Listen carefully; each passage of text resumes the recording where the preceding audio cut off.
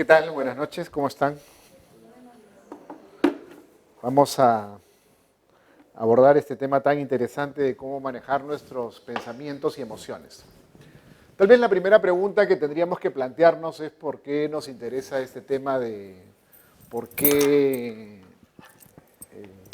queremos manejar nuestras emociones y pensamientos. Pareciera que no los manejamos. ¿O hay alguna dificultad? ¿Dónde se presenta la dificultad en las emociones y los pensamientos? Quisiera partir con esa pregunta. ¿Dónde podemos encontrar la dificultad? ¿O por qué encontramos la... En la mente. ¿Pero por qué? ¿Por qué no? ¿Por qué es tan difícil las emociones y los pensamientos? ¿Por qué se hace más difícil eso?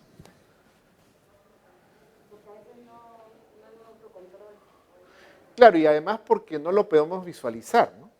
O sea, es intangible. Es intangible. O sea, si yo tengo un dolor en la pierna, sé que es en la pierna y lo puedo ubicar. Pero cuando es una emoción, la tristeza, además que no... ¿Dónde colocamos esa tristeza? ¿Cómo lo ubicamos? ¿Cómo surge? ¿No? Inclusive no es que a voluntad, no es que yo diga, ahora me voy a poner triste, ¿no? Sino que hay un suceso, hay algo que afecta. Entonces, tal vez lo primero que tengamos que descubrir, que entender, es que las emociones y los pensamientos son algo que es intangible. O sea, que nosotros no es tangible, es una silla, es algo concreto, algo que puedo tocar, algo que puedo visualizar, algo que puedo observar en determinado lugar. Sin embargo, las emociones y los pensamientos no son tangibles. Entonces, es una primera idea que me parece importante que la podamos recoger. Una segunda tiene que ver con la educación, con nuestra formación. ¿Por qué? Nosotros, cuando somos pequeños, se nos educa rápidamente sobre nuestros comportamientos físicos, nuestras formas de actuar. Al principio, cuando vamos a alimentarnos, ¿qué hacemos cuando somos niños? Metemos la mano en la sopa, etcétera, ¿no? Hasta que empezamos a aprender el uso de los cubiertos o de los servicios, si tenemos ganas de miccionar, etcétera. Entonces empezamos a comunicarnos y nos enseñan, ¿no? O sea, hay un aprendizaje muy importante en ese sentido. O sea, hay una preocupación por tratar de aprender los movimientos, los gestos, la manera de hablar tal vez, de alimentarnos, de asearnos, de bañarnos, ¿no? Hay toda una destreza. Sin embargo, no hay la misma disposición para el tema emocional. Pongo un ejemplo sencillo y creo que me van a entender. Si nosotros llegamos a casa, vamos a suponer que hoy día llegamos a casa y nos sentamos en la cocina, en la mesa, en la silla, y vemos que está nuestro plato favorito, el plato que más nos gusta, el que más nos agrada, el más sabroso para nosotros. Y cuando vamos a empezar a comer, cuando vamos a empezar a alimentarnos, nos damos cuenta que está descompuesto. ¿Qué haríamos si nos damos... Adelante. ¿Qué haríamos si nos damos cuenta que está descompuesto? No lo vamos a comer, pues. O sea, nosotros en la parte física concreta somos muy seleccionadores. Seleccionamos, esto está agradable, esto está rico, esto no está rico. Esto está malo, esto está descompuesto, entonces lo voy a desechar. O sea, en lo físico tenemos una gran claridad. Sin embargo, en cuanto a las emociones y a los pensamientos no ocurre lo mismo. Porque si yo tengo una dificultad, un conflicto con mi jefe en el trabajo, no es que yo diga, bueno, este conflicto, esta situación dura que tengo con él me va a hacer daño, es malo emocionalmente para mí, entonces no voy a pensar de esa manera porque es algo que me está indigestando emocionalmente. No, habitualmente no hacemos eso, sino ¿qué hacemos? ¿Cómo me ha hecho esto? Que este es un tal por cual, ¿qué se habrá creído? O sea, alimentamos la emoción negativa, se acrecienta. Entonces, fíjense que hacemos exactamente lo contrario que hacíamos en lo concreto, en lo de la alimentación física. Porque no se nos ocurriría algo que no nos agrade, que no esté a gusto, salvo que por dieta nos hayan señalado eso, o porque no tengamos otra cosa que comer, pero si tenemos la disposición y los recursos, vamos a buscar algo agradable, algo rico, ¿no? pero emocionalmente, lamentablemente no. O en los pensamientos. Uy, en esta entrevista de trabajo que estoy dando ahora no me van a contratar. Lo voy a hacer mal. Esas son ideas negativas y que han ingresado y que yo las alimento. Me va a ir mal, me va a ir mal, me va a ir mal. Actitudes pesimistas, actitudes negativas, me voy a pelear, no lo voy a conseguir. O sea, hay... Y el tema es que el enemigo, como dicen algunos, no está fuera de uno, sino está dentro de uno.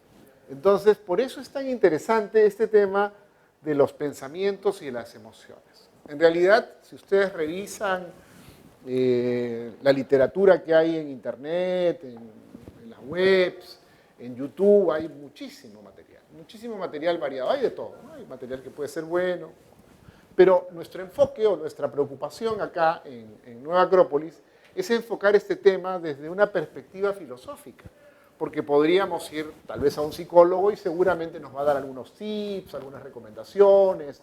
Adelante, ¿cómo estás? O vamos a pasar alguna terapia para tratar de manejar esas emociones o esos pensamientos que pueden ser negativos. Porque en algunos puede ser muy fuerte, ¿no? Por ejemplo, aquellos que tienen ataques de ira, que se molestan, ¿no? Y de repente se encienden y ya no los puedes controlar.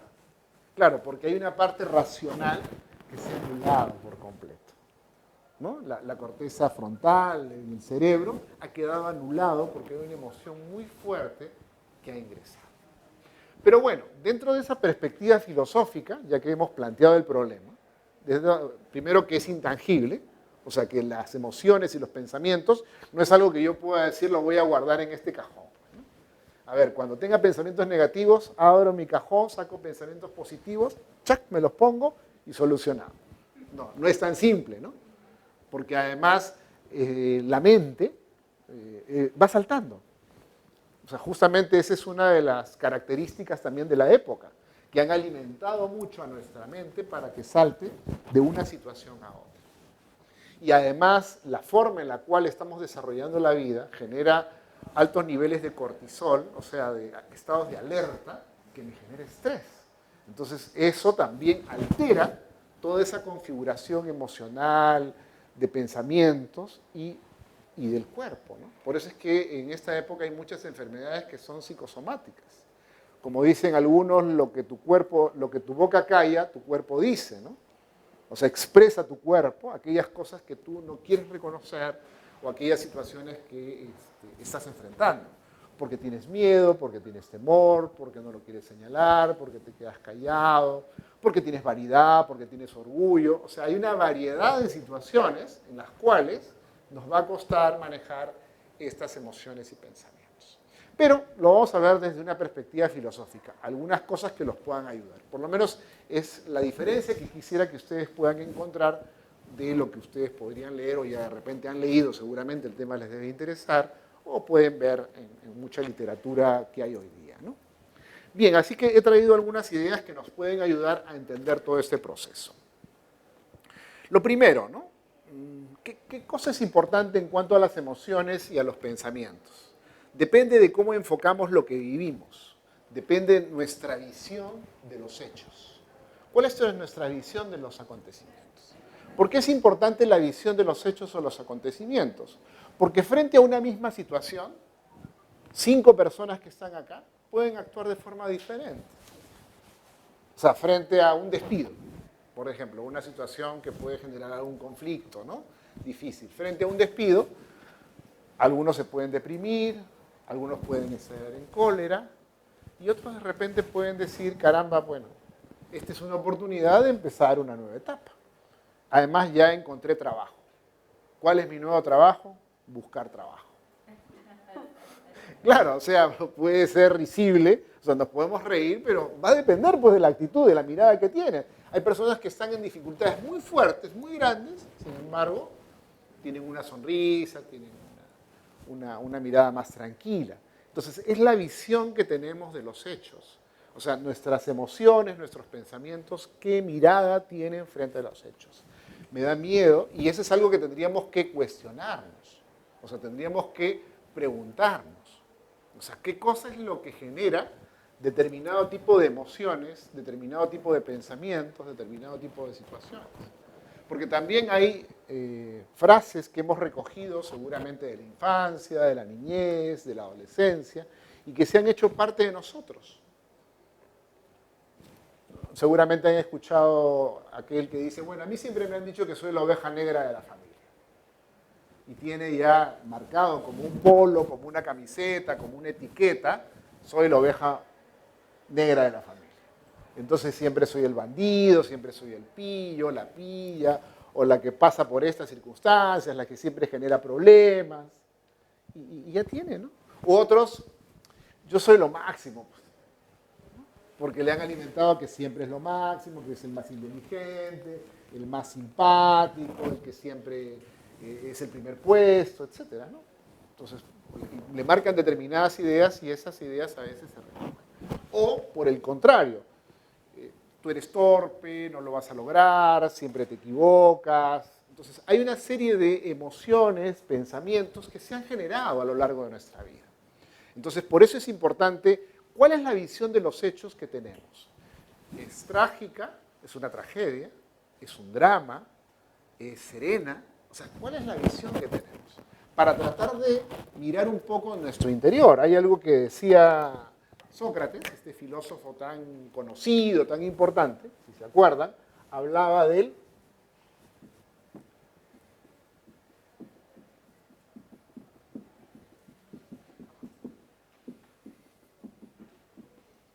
conócete a ti mismo, ¿no?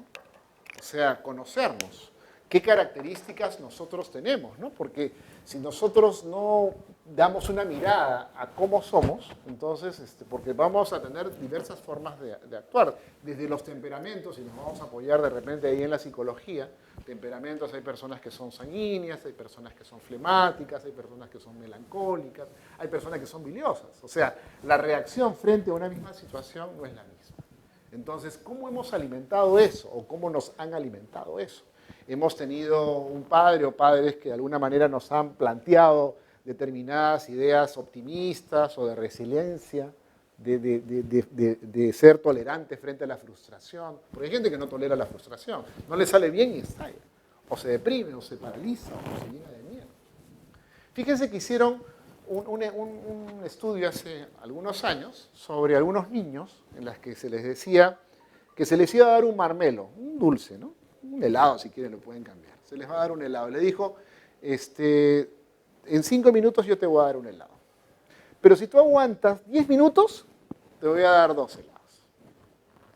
Y hubo algunos niños que no podían soportar esos 10 minutos. A los 5 minutos ya querían su helado. Pero hubo otros que sí podían postergar la satisfacción o el premio.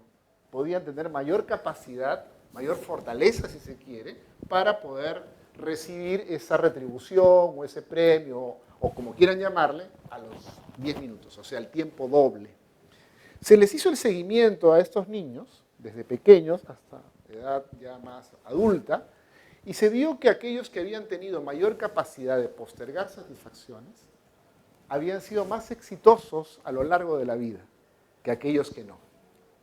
O sea, la pregunta es, ¿cuál es nuestra capacidad de poder tolerar determinadas situaciones en que las cosas no salen como nosotros quisiéramos que salgan? ¿No? Porque a veces, por ejemplo, de repente queremos llegar rápidamente a un lugar porque es el cumpleaños de un amigo y vamos a suponer que viva por Chorrillos y en la Costa Verde se encuentran con un tráfico porque hay un accidente y demoran 2 horas en llegar. Entonces hay personas que esa circunstancia va a afectarle mucho, ¿no? Entonces, ¿cómo reaccionamos? Conócete a ti mismo implica muchísimas cosas. ¿Cuál es mi visión frente a esas circunstancias? Tengo una visión serena, tengo una visión intranquila, tengo una visión impaciente, me afecto o somatizo. Hay personas que somatizan inmediatamente, o sea, vienen dolores de cabeza, dolor de hombro, contracturas, frente a la dificultad. Entonces, frente a esa visión de los hechos, vamos a tener una respuesta. ¿Qué necesitamos? Conocernos a nosotros mismos. Y esta es una de las cosas fundamentales. Miren que nosotros, si tienen ustedes, me imagino, diversas actividades, profesiones, carreras técnicas, conocen su carrera, conocen su actividad profesional o técnica. O sea, van a conocerlo. Muy bien. Se van a preocupar por eso.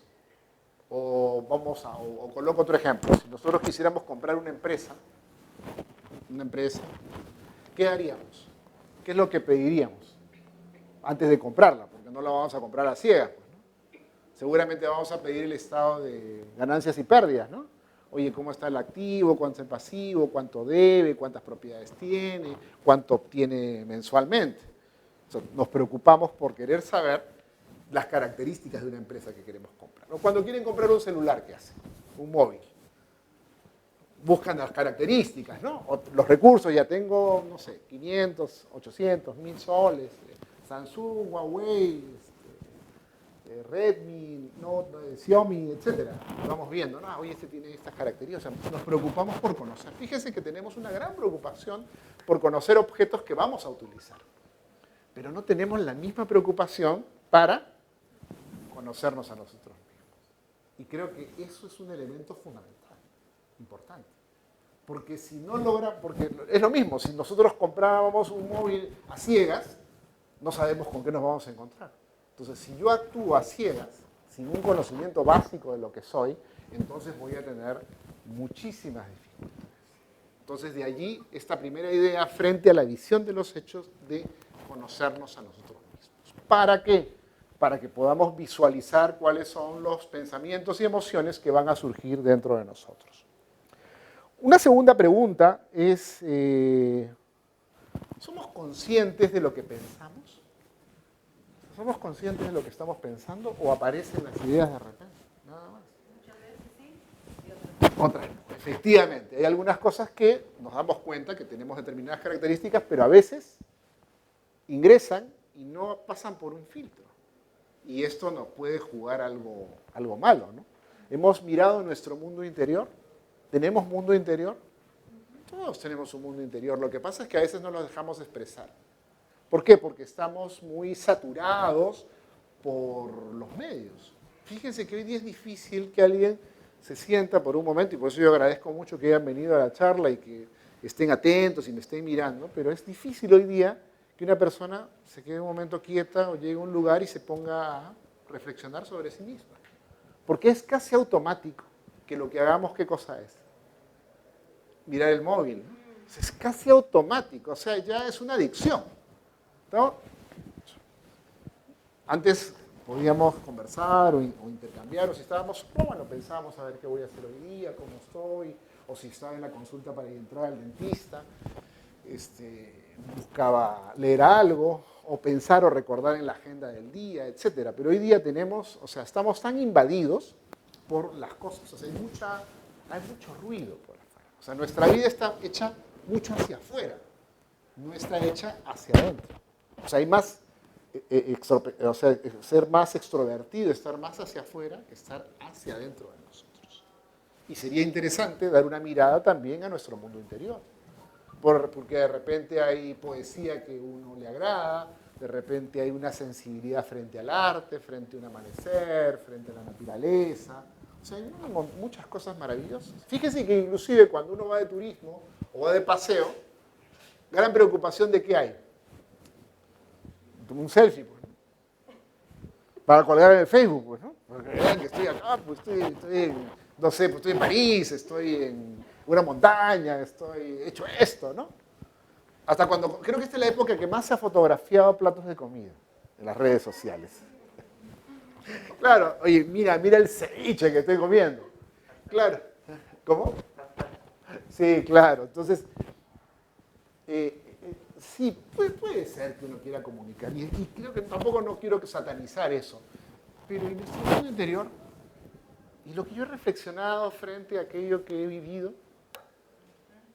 ¿en qué queda, no?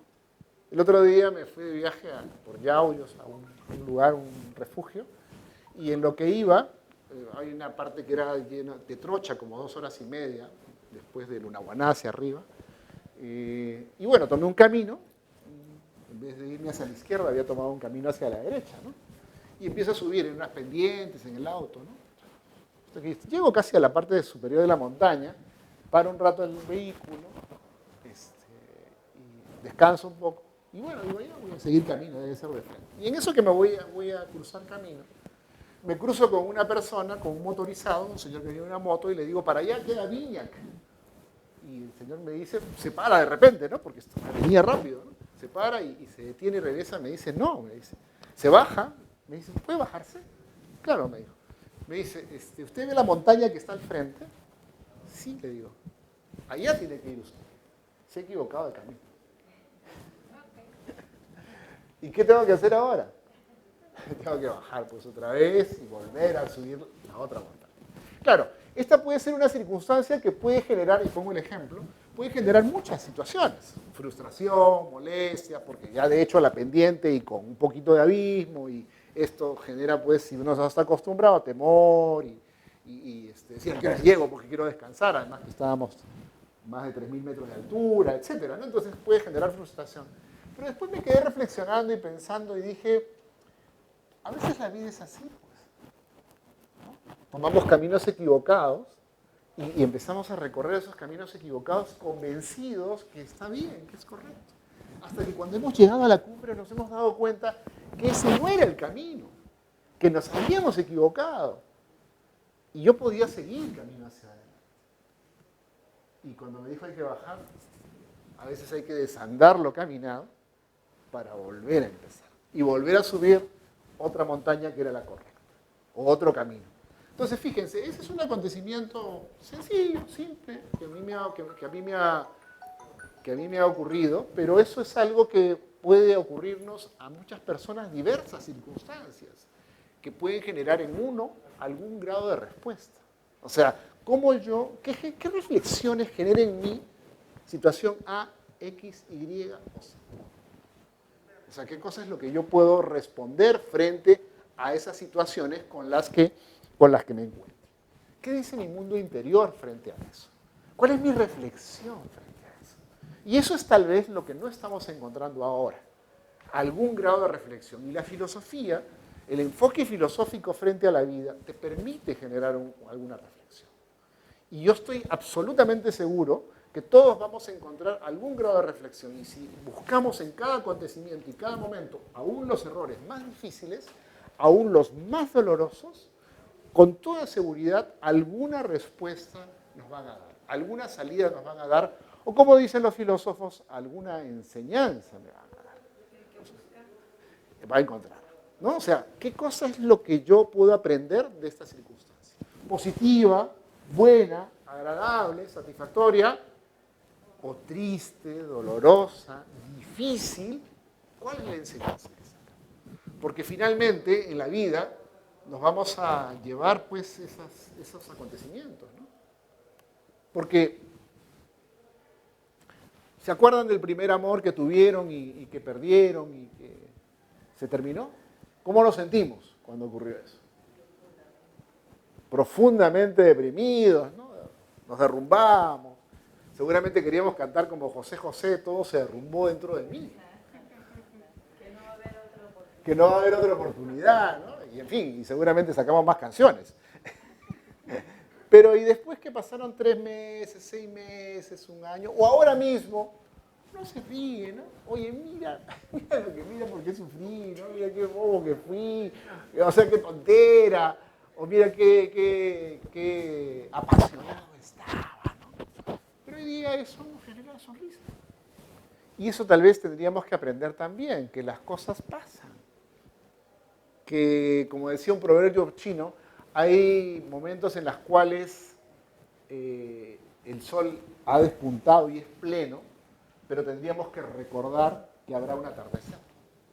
Pero cuando estemos en la noche más oscura, más difícil, más triste, más dolorosa, también habría que recordar que va a haber un amanecer. Porque la vida no es estática, la vida no es quieta, la vida es movimiento. La vida es acción, la vida es preguntas, es aventura, es desarrollo, es reto, es desafío, es golpearse, volver a salir, ¿no? Deberíamos aprender un poco como cuando nos herimos, ¿no? Nos raspamos y nos generamos una herida, un corte. ¿Qué hace nuestro cuerpo? inmediatamente pues manda los glóbulos blancos, ¿no? Para reparar todo. Repara físicamente. Tendríamos que dentro de ese proceso de conocimiento, esa búsqueda interior, repararnos también psíquicamente. Reparar nuestras emociones, reparar nuestros pensamientos. O sea, cuando yo utilizo algún material para hacer una pintura, para hacer un trabajo, y en la medida que voy usándolo más, ¿qué hago? Digo, oye, este material es malo, ¿no? Esta marca es buena, esta marca es mala, esto está interesante, lo voy a usar, esto lo descarto. Lo mismo tendríamos que hacer pues en la vida, ¿no? A ver, esta actitud me ha servido muchísimo para superar esa circunstancia dolorosa en determinado momento. Ese pensamiento que yo tenía pudo haberlo superado, ¿no? O como decían, por ejemplo, si queremos podemos recurrir a los estoicos, ¿no? Ese pensamiento tan ya popular hoy día, ¿no? Hay cosas que podemos controlar y hay cosas que no podemos controlar. Las cosas que podemos controlar son nuestros pensamientos, nuestras ideas, pero hay cosas que nosotros no podemos controlar. Que ahorita les doy la palabra. Que llueva ahora, vamos a suponer que se ponga a llover, yo no puedo controlar. Si va a llover o no, o que haga calor, o que haga frío, ¿no? Ahora que está haciendo un poquito de frío, yo no puedo controlar eso. Que haga más frío, que venga una ola de frío, yo no puedo controlar. Pero hay otras cosas que sí puedo controlar. O sea, saliendo me voy a comer, no sé, un pollito a la brasa, un sándwich de pollo, o una fruta en casa. O sea, esas son cosas que yo puedo controlar. Entonces, allí también tenemos una mirada frente a la vida, ¿no? Que nos permita reflexionar y a veces no renegar, ¿no? Frente a determinadas cosas, porque a veces uno se queja de las cosas que no las puede cambiar. El tráfico no depende de mí. Es algo que yo no puedo controlar, pero hay otras cosas que sí puedo controlar. ¿Qué puedo controlar? Mi visión de los hechos, la actitud que tengo frente a la vida, conocerme a mí mismo, buscar en ese mundo interior del que estábamos hablando. Sí, dígame, creo que quería decirme algo. Sí. Quería decirle que las caídas y los problemas nos dan crecimiento. Claro, o sea, lo que pasa es que en teoría suena bonito, ¿no? O sea, en la práctica tenemos que ejercitarnos a lograr eso, porque cuando tenemos el dolor o nos hemos equivocado, uno no dice, sí, pues esto me va a fortalecer, esto me va a hacer más grande, esto me va a hacer mejor. No decimos, ¿por qué me ha pasado a mí? O sea, tenemos un momento de desconcierto tremendo, entonces, pero tendríamos que aprender a elaborar, decir, por estas circunstancias yo ya he pasado. Entonces vamos a reelaborarla, la vamos a enfrentar, ¿no? Bien, otra idea para también de escucharlos, de repente tienen algunas preguntas. Hay que situarnos también en el presente, ¿no? O sea, ¿qué es lo que estamos viviendo ahora? Porque a veces estamos enganchados entre el pasado o el futuro. Entre el pasado, lo que fue, porque añoro lo que fue, o porque hubiese sido, el hubiese pues ya no puedo cambiar, ¿no? O la preocupación del futuro, ¿no? Hay algo que tendríamos que recordar, que el futuro empieza, ¿dónde? Delante de nuestros pies. O sea, está ya. O sea, es inmediato. Si yo quiero cambiar algo ahora que estamos aquí compartiendo esta noche, si yo quiero cambiar algo ahora es cuando tengo que cambiar. O tengo que empezar a cambiar por un pensamiento, por una idea, por algo que voy a hacer, por un plan de vida que quiero orientarlo, o con una búsqueda de respuestas. ¿Y esto a qué me va a llevar? Esto me va a llevar a la acción, ¿no? Porque alguna acción tendríamos que encontrar. Y entre las cosas que revisábamos en el curso de filosofía que dictamos o lo que planteamos, hay un texto antiguo en la India que habla sobre justamente la acción o la recta acción. O sea, ¿cuál es la recta acción en este momento? ¿Qué es lo que yo debo hacer en este momento? La pregunta sobre el deber ser. Por ejemplo, una silla, ¿cuál es su deber ser o para qué está hecha la silla?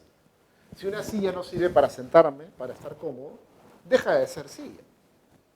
Un reloj que no dé la hora, tendrá forma de reloj, tendrá horario, tendrá minutero, tendrá segundero, pero si no da la hora, no es reloj. Un teléfono, un móvil que tenga forma de móvil, que tenga características de móvil, pero que no sirva para comunicarse, no es un móvil, pues. O sea, las cosas responden a la naturaleza que tienen. Entonces, también nosotros tendríamos que preguntarnos cuál es nuestro deber ser en determinado tipo de circunstancias. ¿Cuál es mi deber en ese momento? Tratar de expresarles algunas ideas que les puedan ser interesantes para que a la luz de la filosofía ustedes las puedan aprovechar, las puedan llevar y puedan decir, oye, caramba, qué bien. Pero también podría empezar a contar, no sé, amenidades, chistes, y nos reímos todos, la pasamos bien, pero yo no he cumplido con mi deber. Pues.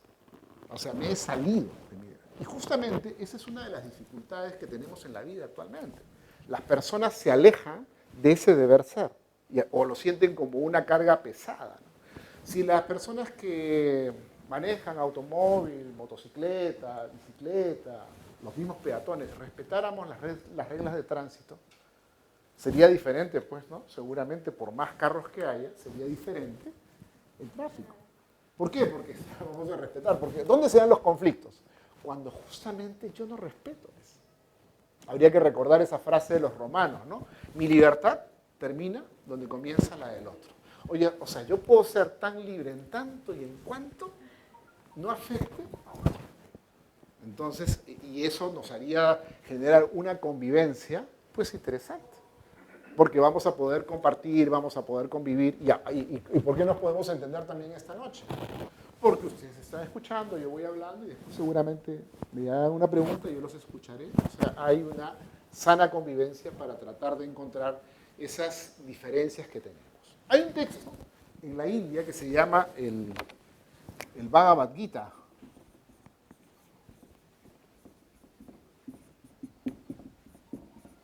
El Bhagavad Gita que habla justamente sobre la acción o sobre la lucha interior. Plantea en la vida, es un libro que habla sobre la lucha del hombre, la lucha que tenemos nosotros, ¿no? No ha habido días que tenemos un ángel y queremos ayudar a todo el mundo, somos generosos, somos así, pues, lo máximo para los demás, pero hay otros días, ¿cómo estamos? Ah, no, esto es mío y que los demás se la busquen. O sea, a veces tenemos un corazón generoso, abierto, y otras veces somos tal vez más egoístas, más egocéntricos. Y nos movemos un poco en ese mundo, ¿no? En esa lucha interior.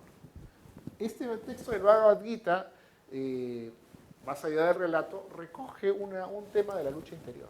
Cómo el hombre se encuentra en un conflicto constante de luchas entre diversas situaciones, entre deseos, emociones, o a veces una incongruencia, ¿no? Mentalmente me doy cuenta que algo es correcto, pero emocionalmente no quiero hacer eso. ¿Por qué? Porque es más satisfactorio, porque me da placer determinado tipo de comportamiento. Y generamos un conflicto dentro de nosotros. Esa lucha interior es natural. Es natural que todos la tengamos que vivir. Pero ¿cómo enfrentamos esa lucha interior? Es interesante ver aquí, en determinado momento van a plantear ese tema de la recta acción, o de la acción por deber, de aquello que correspondería en el actuar de las personas, en el comportamiento de las personas, o también, si quieren, lo que Aristóteles, otro filósofo, ya no de Oriente, como es el Bhagavad Gita, porque este texto es de la India, como es Aristóteles, que nos habla de ¿qué? De la virtud. El justo medio. Alguno podrá decir, oye, pero ¿para qué nos va a servir la virtud? Uy, nos sirve para muchas cosas, porque la virtud es transversal. Cualquier actividad que ustedes quieran hacer, ¿de qué requiere? De virtudes. ¿Quieren poner un negocio? ¿Quieren ganar plata? ¿Necesitan virtudes? Claro. Amabilidad, constancia, perseverancia, cortesía, alegría, don de gentes. O sea, fíjense. Y es un tema bien concreto, ¿eh? Pero necesitamos trabajar esas virtudes, ese justo medio, eso que nos da armonía. ¿Qué nos da armonía? El alcanzar una virtud. O sea, cuando uno tiene una virtud, cuando uno es alegre, la alegría es una virtud. Naturalmente alegre, porque hay extremos, ¿no? Frente a la alegría. ¿Cuáles son los extremos? El burlón, eso es un extremo, ¿no? Negativo. O el tímido, retraído. Pero el alegre es alguien que puede compartir, que se relaciona y que establece, pues, cierto contacto y puede determinar. Hay personas que tú te encuentras, como le llama esta psicóloga psiquiatra, Marian Rojas Estapé, personas vitaminas, ¿no? O sea, hay personas que te encuentras y te inspiran, ¿no? Y te sientes bien y te motiva. Su sola presencia, su compartir, su mirada frente a la vida te genera cierto ánimo, ¿no? O sea, tiene algo, pero natural, no forzado, ¿no? No algo que esté postizo, sino más bien algo que es natural. Pero eso ¿cuándo es? Cuando lo trabajamos constantemente. Y la virtud, justamente, para alcanzar, es algo que tenemos que practicar. Si yo no practico la virtud, no la puedo alcanzar.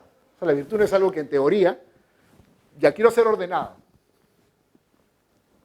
Ya, pues, una teoría del orden y ya, soy ordenado. No. Para ser ordenado, ¿qué necesito? Colocar las cosas en su sitio, en casa, en el cuarto, en el dormitorio, cuando ven y cuando no me ven, ¿no? Entonces ahí tú has alcanzado la virtud del orden. Entonces fíjense cómo tenemos este tema de la virtud. O también para enfrentar o para conocerlas, manejar esto, el tema de la mente. Cómo conquistar la mente, ¿no? Hay también en Oriente un texto en Tíbet que se llama La voz del silencio. Sugestivo el título, ¿no? La voz del silencio. ¿Cómo que la voz, el silencio no tiene voz? Porque en la antigüedad, y este es uno de los textos más antiguos, en el Tíbet había una escuela de filosofía, hace muchísimos años, hace mucho tiempo, que tenían ese texto porque lo que buscaban era aquietar la personalidad y poder escuchar nuestra voz interior. De lo que estábamos hablando hace un rato, ¿no? Ese mundo interior, esa voz interior. ¿La hemos escuchado? ¿Somos capaces de escucharla? ¿Nos hemos detenido un momento para ver qué cosa es lo que refleja, qué cosa es lo que aflora? ¿No les ha pasado que a veces conocen a personas, trabajan con ellos, o a veces inclusive son muy amigos porque los conocen de la universidad o del colegio inclusive, ¿no? Y de repente en un momento te enteras que le gustaba la poesía. Oye, ¿te gustaba la poesía? Yo no sabía que te gustaba la poesía. ¿Te gustaba la música clásica? No sabía que te gustaba la música clásica. ¿Por qué? Porque hemos guardado muy en el fondo aquellas cosas que pueden ser muy interesantes y muy ricas dentro de nuestra vida.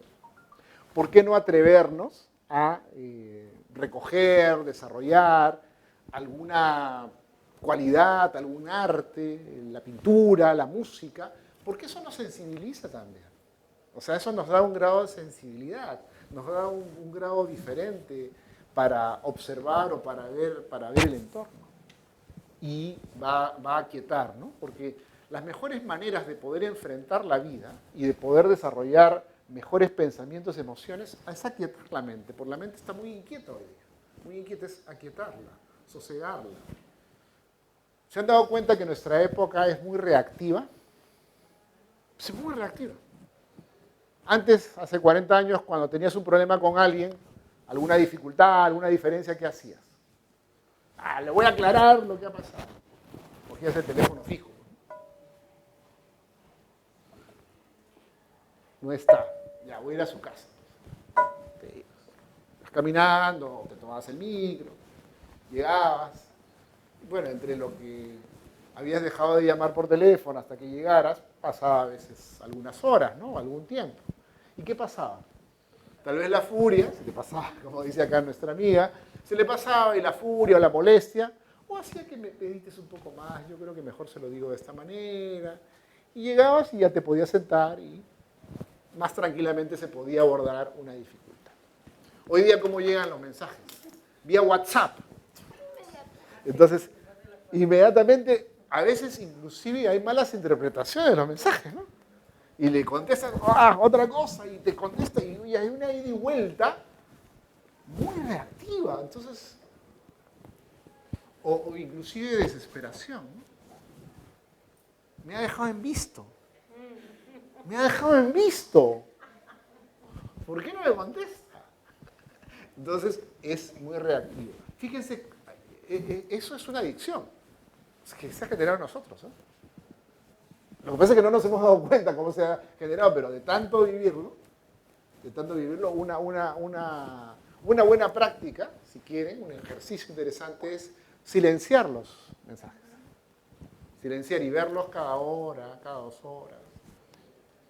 o me desespero. Quiero que suene, porque oye, si no suena, ¿qué pasa? Lo he puesto en silencio de repente. Eliminar la confirmación de lectura. También, o sea, o eliminarla para no estar en estas diversas circunstancias, ¿no? Entonces, hay que buscar mecanismos, o sea, si queremos manejar nuestros pensamientos, nuestras emociones, tenemos que buscar muchos mecanismos.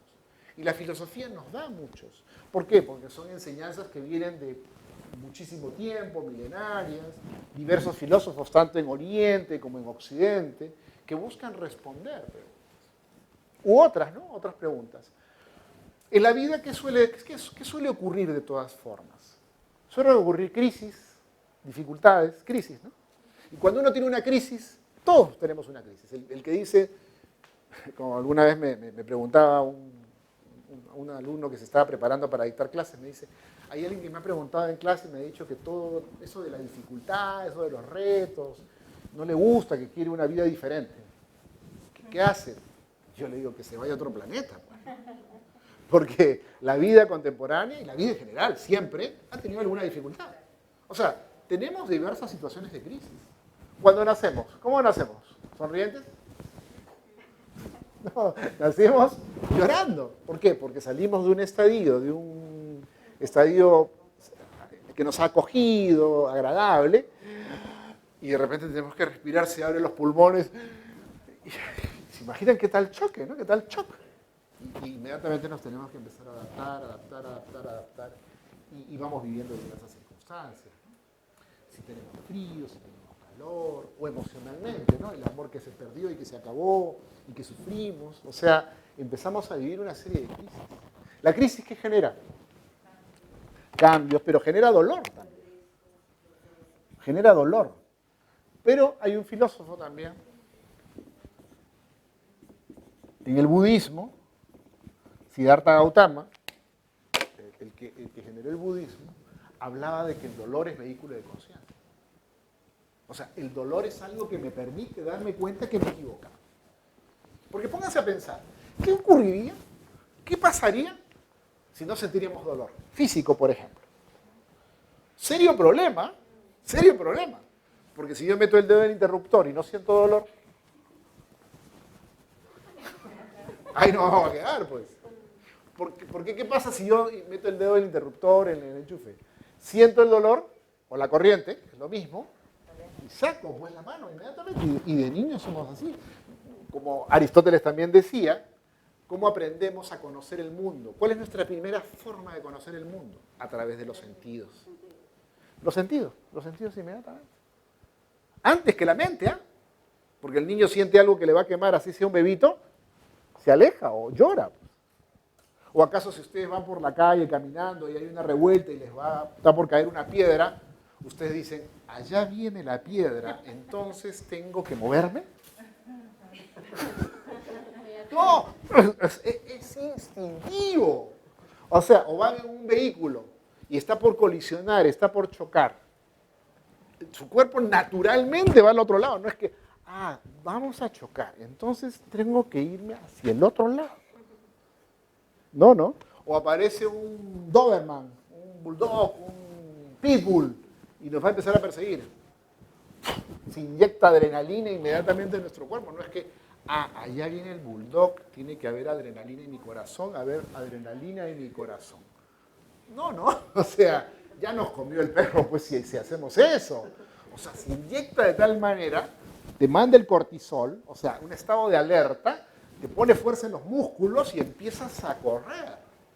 Y cualquier otra cosa te importa muy poquito. ¿Por qué? Porque hay un estado de alerta. El dolor, vehículo de conciencia. ¿Cuándo me doy cuenta que me he equivocado? Cuando hay dolor.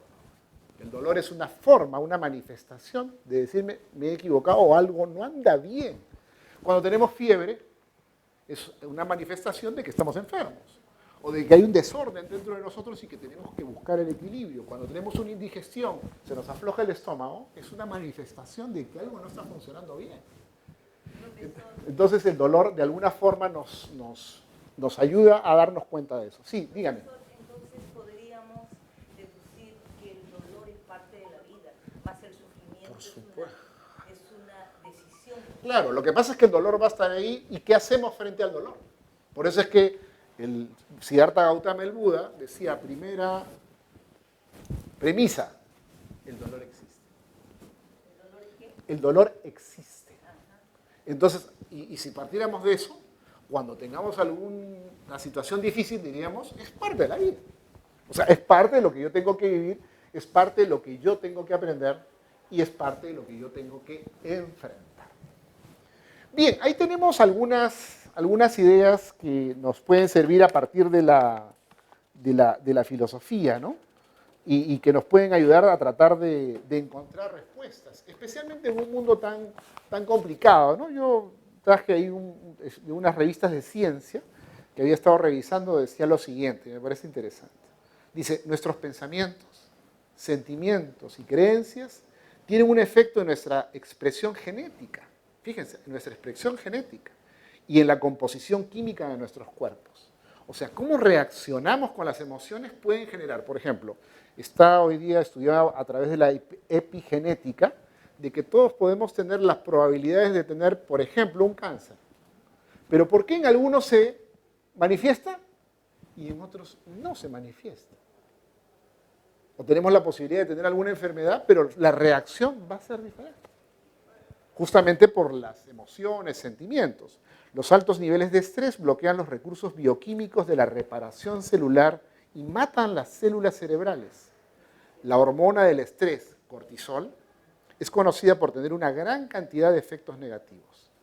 Se ha demostrado que reduce la masa muscular, aumenta la pérdida ósea y la osteoporosis, interfiere con la generación de las nuevas células de la piel, aumenta la acumulación de grasa alrededor de la cintura y las caderas, reduce la memoria y las capacidades de aprendizaje, entre otras consecuencias perjudiciales. Fíjense que si no manejamos finalmente esas emociones y esos pensamientos de manera adecuada, vamos a tener mucho perjuicio. Y de hecho, ya la humanidad lo está viviendo. La experiencia de la pandemia nos ha generado efectos muy fuertes y que probablemente se van a seguir estudiando en los próximos años. Entonces, creo que un buen camino es buscar, por lo menos lo que nosotros proponemos en Nueva Acrópolis, es que a través de la filosofía podamos encontrar algunas respuestas que nos permitan gestionar, que nos permitan manejar mejor nuestras emociones y nuestros pensamientos. Porque en la medida que yo conozca más ideas, más conceptos, tengo más posibilidades de actuar frente a la dificultad. Porque la dificultad no es que vaya a desaparecer, no va a desaparecer. La dificultad va a estar allí, o la crisis va a estar allí, o el dolor va a estar allí. Lo que vamos a tener son herramientas de cómo vamos a enfrentar esas diversas situaciones.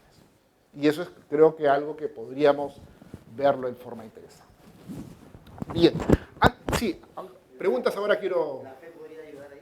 También, por supuesto, porque la fe que tú tengas frente a algo, sí puede ayudar porque ese es un grado de ingresar dentro de uno. Yo diría más que pedir, de interiorización, de detenernos por un instante para tratar de reflexionar. Hay personas que las va a ayudar tremendamente, pero tú tienes que... ¿Perdón? ¿Eso es filosofía o ya No, eso es parte de tu comportamiento, de tu salida, de tu forma de encontrar, que está a la luz de la religión, pero que tiene una explicación. ¿Por qué? Porque tienes una convicción, porque buscas una serenidad. Este texto que yo hablaba del Tíbet, La voz del silencio, también buscaba que la gente se pueda serenar. Las prácticas del yoga, que hoy día la gente lo hace para quitarse el estrés, en realidad eran prácticas para tratar de tranquilizar el cuerpo y prepararlo para un estado de reflexión, un estado de meditación. Por eso es que hoy día son tan famosas, ¿no? O les interesa a mucha gente esa perspectiva a raíz de eso. Pero la oración, por supuesto, que va a ayudar también. Para aquel que está convencido que lo va a ayudar. O sea, si no estás convencido que no te va a ayudar, entonces obviamente no, ¿no? La fe es una medicina. Sí, por supuesto. Medicina que cura todo. Claro, por eso es que va a depender del grado de convencimiento que uno... Claro, de convencimiento que uno tenga sobre eso. Como a algunos le puede ayudar, no sé, de repente la lectura de los estoicos o la lectura del Dhammapada, que es un texto del budismo, puede ayudarnos muy bien.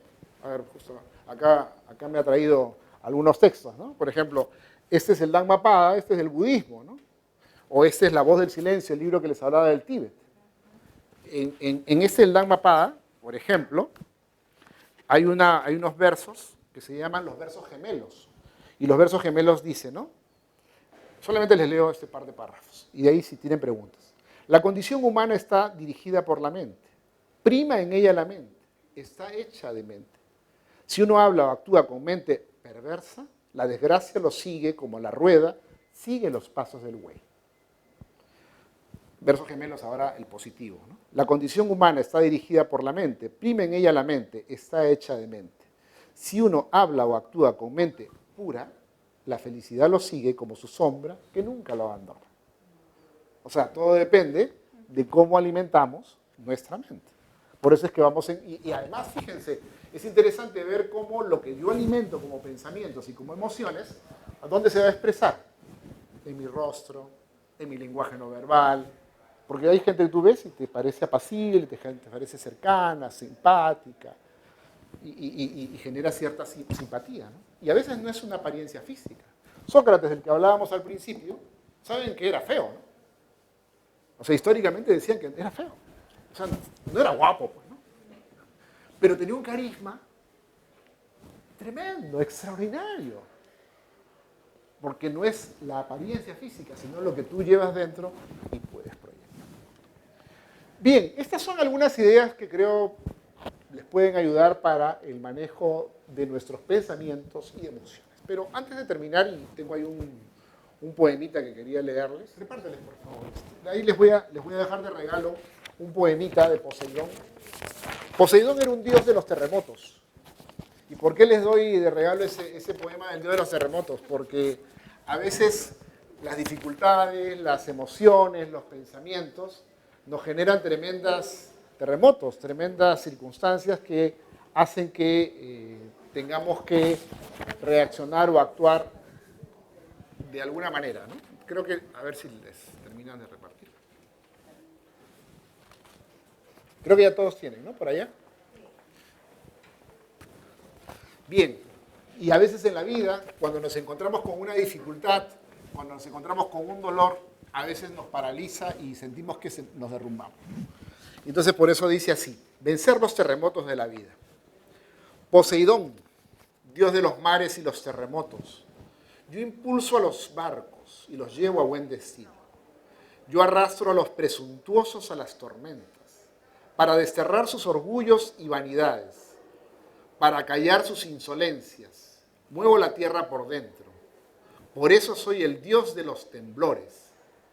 Y te hago temblar a ti, oh hombre mortal. Porque cuando todo se mueva, buscarás dónde sostenerte. Buscarás un pedazo de tierra y desearás más que nunca la serenidad y la firmeza. Descubrirás al encontrarlas que los terremotos no destruyen la vida, sino que matan nuestros miedos y despiertan nuestra fortaleza. Claro, o sea, que los miedos no nos maten, sino que por el contrario, encontremos alguna oportunidad de ser mejores. Ojalá podamos compartir un poco más esto en los cursos de filosofía que ofrece Nueva Agrópolis o en los textos que podemos ofrecer también para ustedes y que podamos volver a vernos en otra oportunidad. Yo quiero agradecerles que hayan venido, que hayan tenido la gentileza de venir presencialmente para poder compartir, que siempre es más rico. ¿Por qué? Porque podemos vernos todos, porque vemos nuestros gestos, porque no apagan la cámara. Porque acá no pueden apagar la cámara, acá tienen que prender la cámara de todas maneras. Entonces, espero que algunas ideas les puedan servir y que puedan verlos en el curso de filosofía. Bueno, muy bien, muchísimas gracias. Buenas noches. Gracias, profesor.